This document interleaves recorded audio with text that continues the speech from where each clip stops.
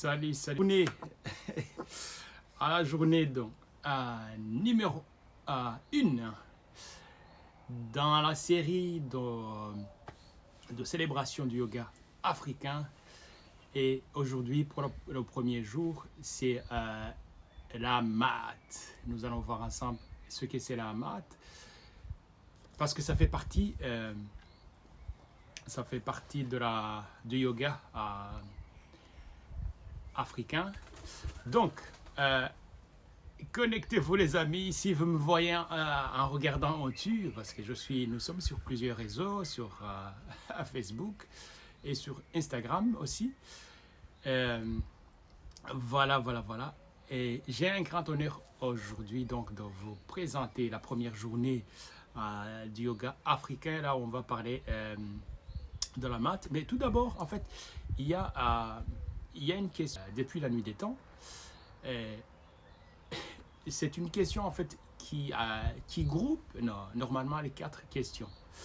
Pour les grands, pour les initiés, on nomme ces questions en fait les questions de l'âme.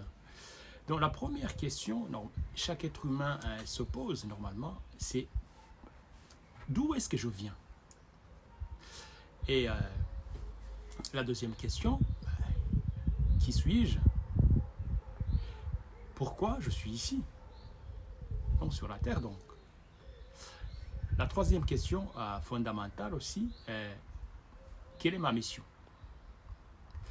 Une fois qu'on a cherché de savoir quelle est sa mission, et la finalité aussi, c'est de se poser la question, d'où est-ce que je vais aller? Une fois cette vie terminée, où est-ce que je vais aller?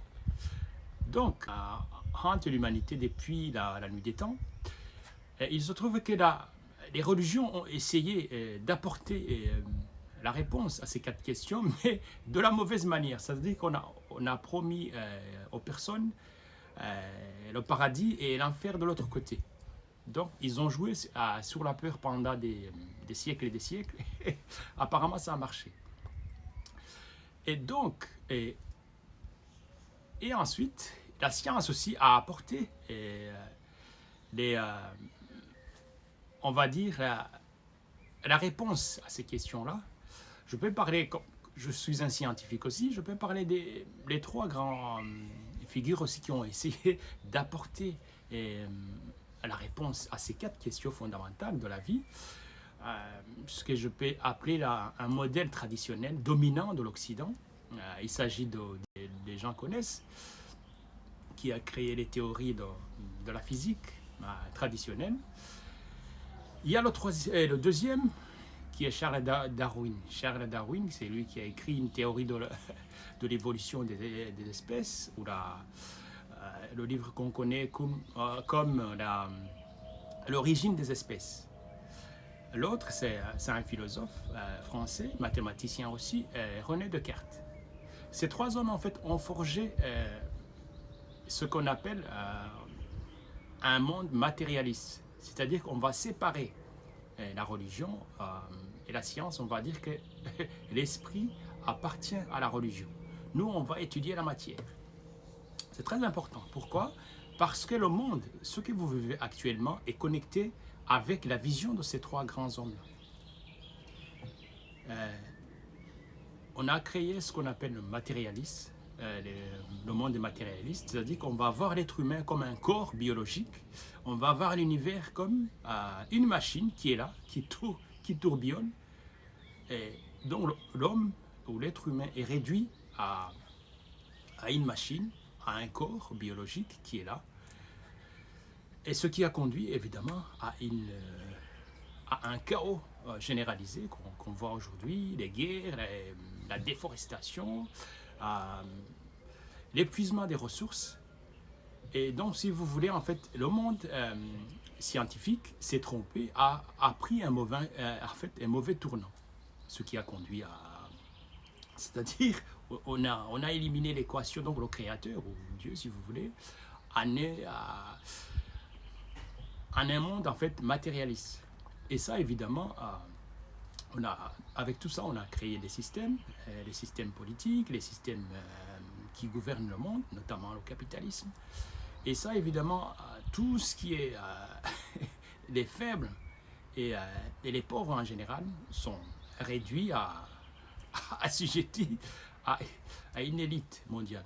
Ça, c'est important de suivre ce cheminement. Comme ça, vous allez voir en quoi est-ce que c'est connecté avec le yoga. Je regarde en même temps sur l'autre écran sur Instagram. Donc, on a aussi alors une nouvelle théorie des scientifiques qui nous disent, qui se base sur notre théorie qu'on appelle le Big Bang. Pour ceux qui ne le savent pas, la théorie de Big Bang stipule qu'en fait il y a 13 explosions dues à une petite matière, en fait, j'essaie de caricaturer, en fait, qui a chauffé. Ça a tellement chauffé, J Celsius, et ça a créé une explosion. Et cette explosion, en fait, a engendré la création de la vie sur Terre, les planètes, des galaxies et tout le reste. Évidemment, cette théorie aussi n'est pas loin de l'autre théorie développée par matérialiste, qui est développée par Isaac Newton, Charles Darwin et René Descartes. Parce qu'en fait, les scientifiques, après les recherches de la nouvelle physique, dans la physique quantique, la mécanique quantique, ont découvert que cette théorie de Darwin ne tient plus sur la route. Et surtout, la théorie d'Isaac Newton, qui décrivait l'univers comme une machine, sans autre chose. Et cette théorie aussi de Big Bang, c'est flou, il n'y a rien. Donc, c'est-à-dire conduit aussi de la même manière au chaos. Et c'est là où je vais en venir en fait au yoga, parce que le yoga nous donne, le yoga africain surtout, traditionnel, nous donne une troisième, une voie médiane, c'est-à-dire une voie du milieu. J'appelle cette voie la voie du milieu, créée, initiée par les ancêtres de la vallée du Nil, comme je l'appelle. Donc c'est la vie. Aujourd'hui, la science moderne confirme que l'Afrique est le berceau de l'humanité, mais on sait exactement où l'humanité est née. C'est dans la région des Grands Lacs. Donc là, les scientifiques de bonne foi se sont mis d'accord au moins sur une chose. On sait aujourd'hui que l'être humain qu'on appelle Homo sapiens sapiens est né dans la région des Grands Lacs, en Afrique. Quand je parle de la région des Grands Lacs, on va trouver des pays comme le Rwanda, le Burundi, l'Ouganda, une partie de la Tanzanie et le Congo. Donc c'est vaste, ça n'a rien à voir avec les pays que vous connaissez actuellement. Et donc, c'est cette civilisation qui a monté et qui a créé par la suite la civilisation nubienne. Et puis l'Égypte antique. Et ça, des preuves sont là. Mais ils ne se sont pas arrêtés jusque-là. C'est-à-dire qu'ils ont observé la nature, ils ont regardé comment la nature fonctionne. Ils ont créé d'abord le calendrier astronomique, c'est-à-dire qu'on a observé le soleil, on a regardé comment le soleil tourne. Donc, ça, c'est le calendrier aujourd'hui que nous allons célébrer bientôt. Nous allons passer à 6258, c'est-à-dire qu'on a observé des cycles solaires de 1460 000 ans. C'est-à-dire qu'il y a des ancêtres qui ont observé les astres, les étoiles, le soleil pour fixer un calendrier astronomique.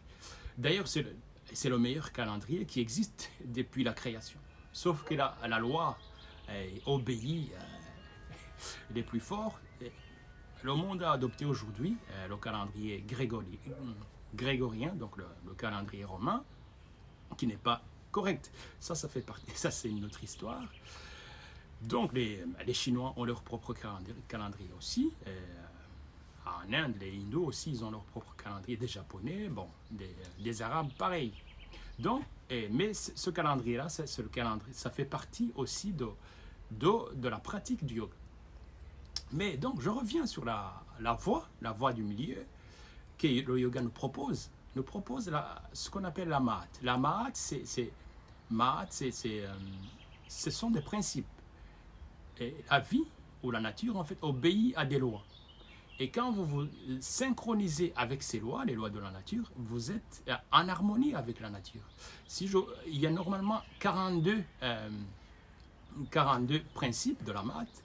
Je ne vais pas les énumérer tous, mais ce qu'il faut retenir, il y a les 5 principes de base de la maths.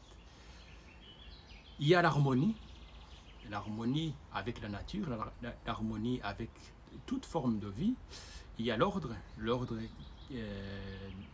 dans la nature, il y a l'ordre cosmique et il y a aussi l'ordre des choses. Nous vivons dans un univers qui est basé sur les lois, sur l'ordre.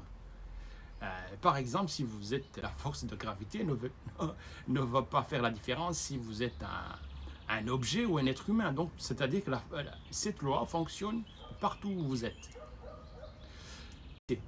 C'est-à-dire qu'un handicapé ne va pas être traité comme une personne qui est en forme. Vous comprenez que c'est la différence, il y a une différence entre l'égalité et l'équité. L'équité, en fait, va tenir compte de l'individu, de la personne. Ah, il y a l'avion qui passe. Donc, l'autre, c'est la justice. La justice, c'est important. Il faut savoir qu'avant l'arrivée des colons en Afrique, par exemple, il n'y avait pas de prison, par exemple. Comment on faisait? Parce qu'il y avait la juridiction communautaire populaire. Donc il n'y avait pas de prison. Comment se fait-il qu'il n'y avait pas de prison? Parce qu'on respectait la vie. La réponse qu'on a donnée, qu'on a trouvée dans des temples en Égypte, c'est qu'en fait, on ne peut pas mettre en prison un être divin. Ça, c'était quand même faux.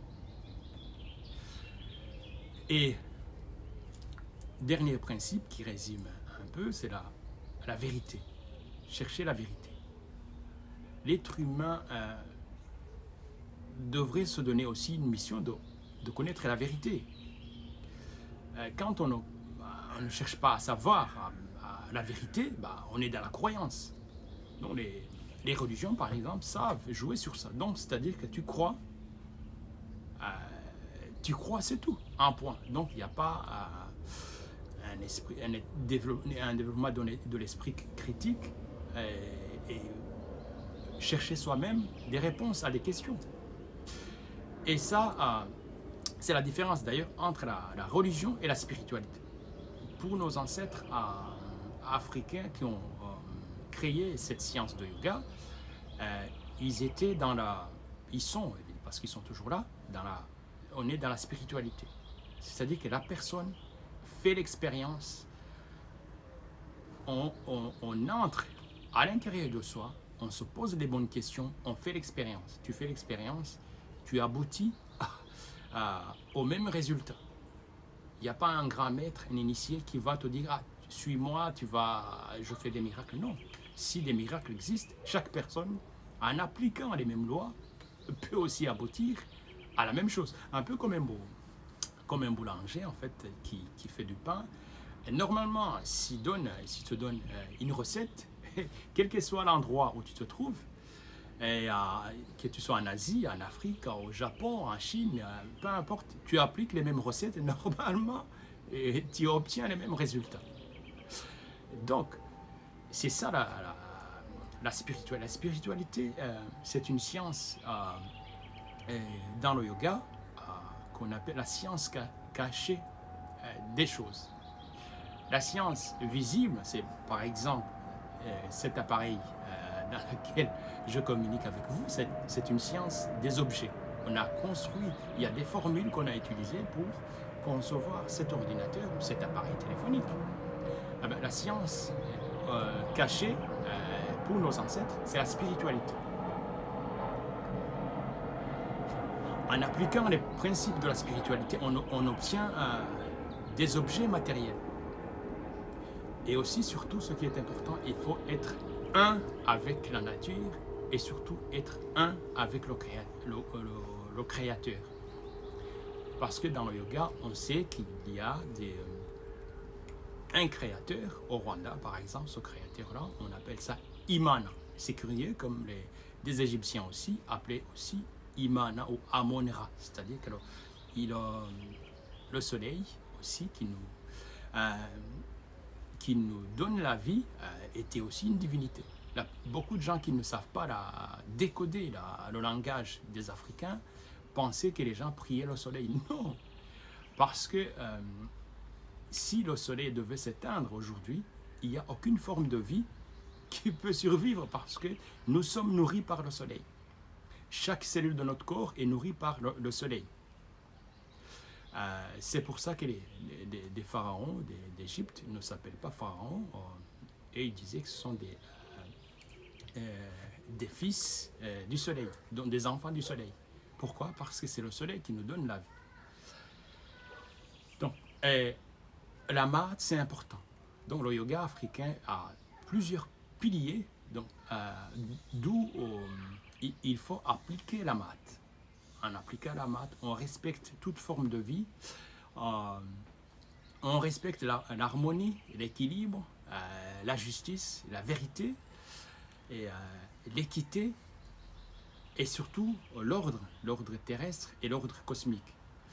Mais ça, évidemment, c'est appliqué dans des rituels. C'est-à-dire qu'il y a des postures du yoga liées à la méditation, à la maîtrise du souffle, donc de la respiration, pour interpréter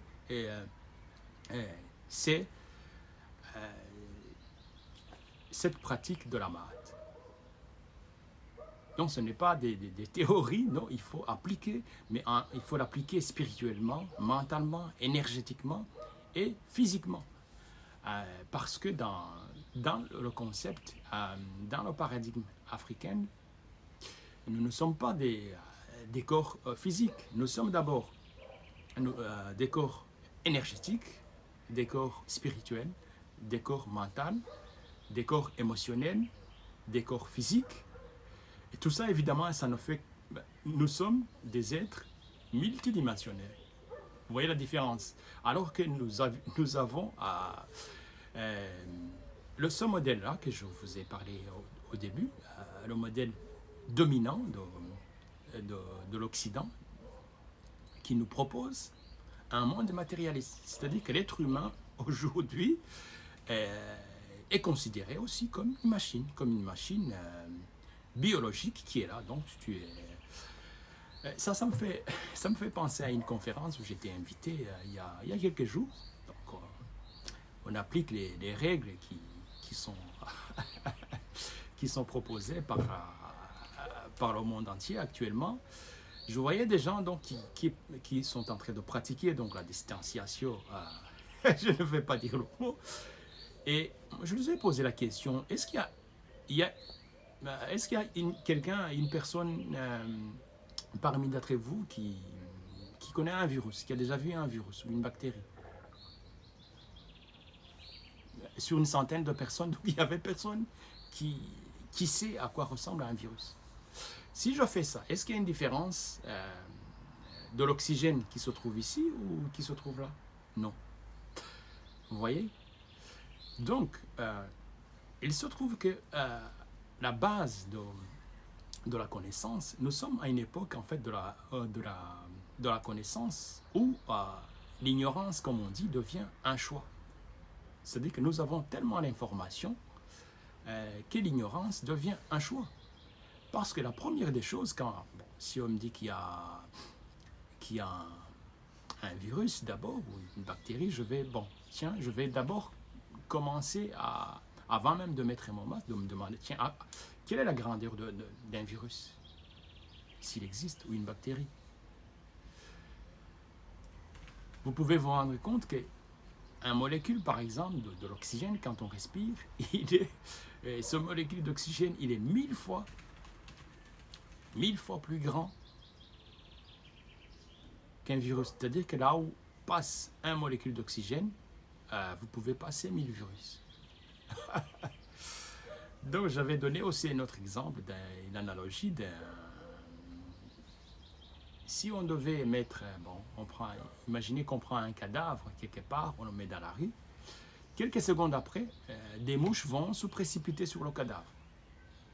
Et pourtant, vous, je ne pense pas si vous vous mettez là, en train de relaxer dans la rue, des mouches ne viendront pas nécessairement chez vous. Pourquoi? Parce qu'un cadavre, comme un terrain, en fait, attire les mouches naturellement. Donc c'est la même chose. Nous sommes à une époque, je le répète, où il y a l'information, mais il ne suffit pas de savoir, d'avoir l'information. Le yoga nous donne la possibilité d'avoir ce que j'appelle la transformation. Quand on est dans un processus de transformation, on entame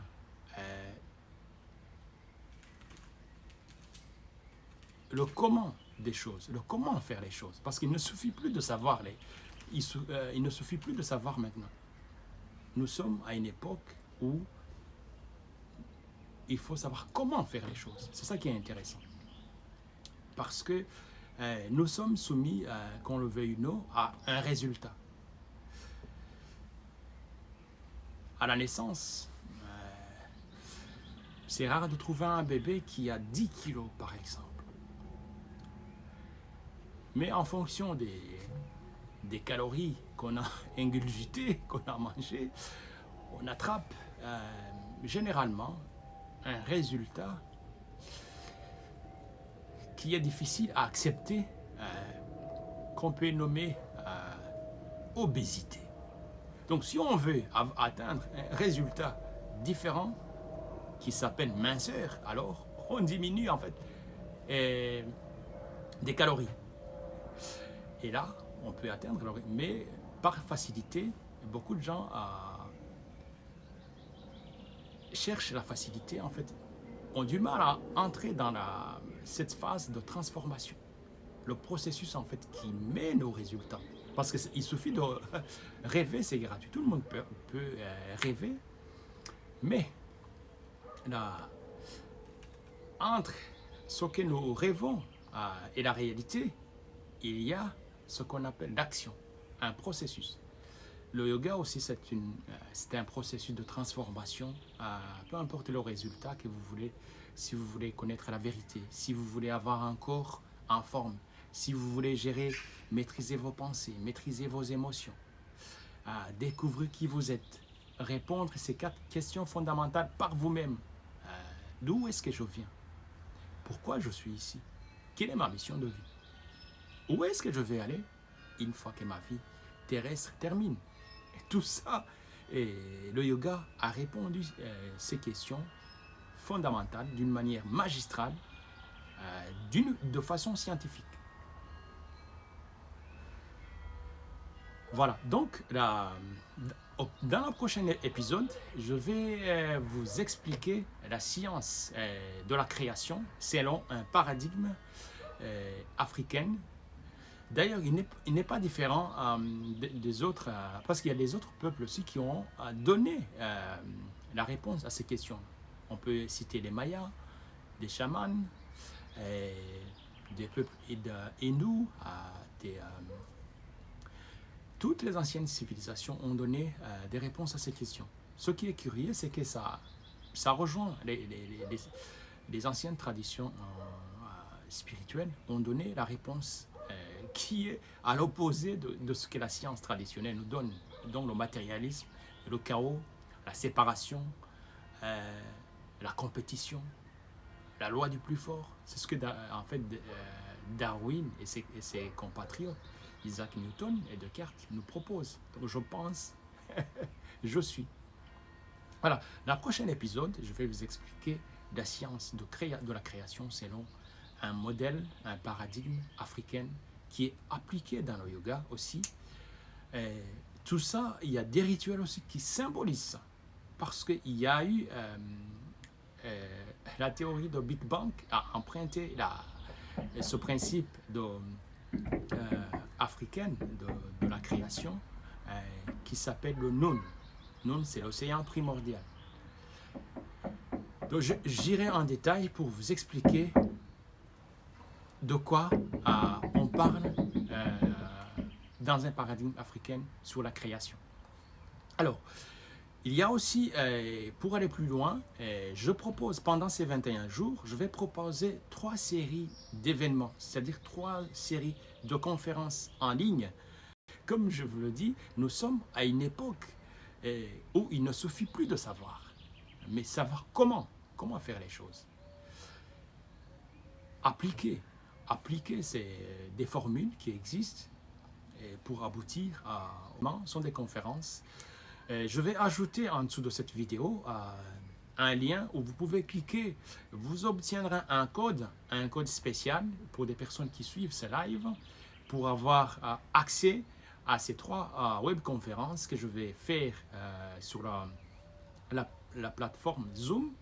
Parce que là, nous sommes de les sons primordiales, comment purifier notre corps énergétique, comment maîtriser cette science, comment maîtriser cette sagesse.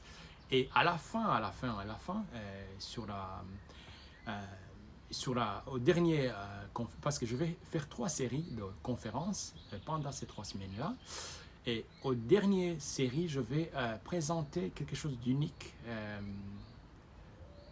une méditation spéciale qu'on appelle le Merkaba. Merkaba, il est considéré comme un véhicule, le véhicule énergétique. Chaque être humain possède son Merkaba.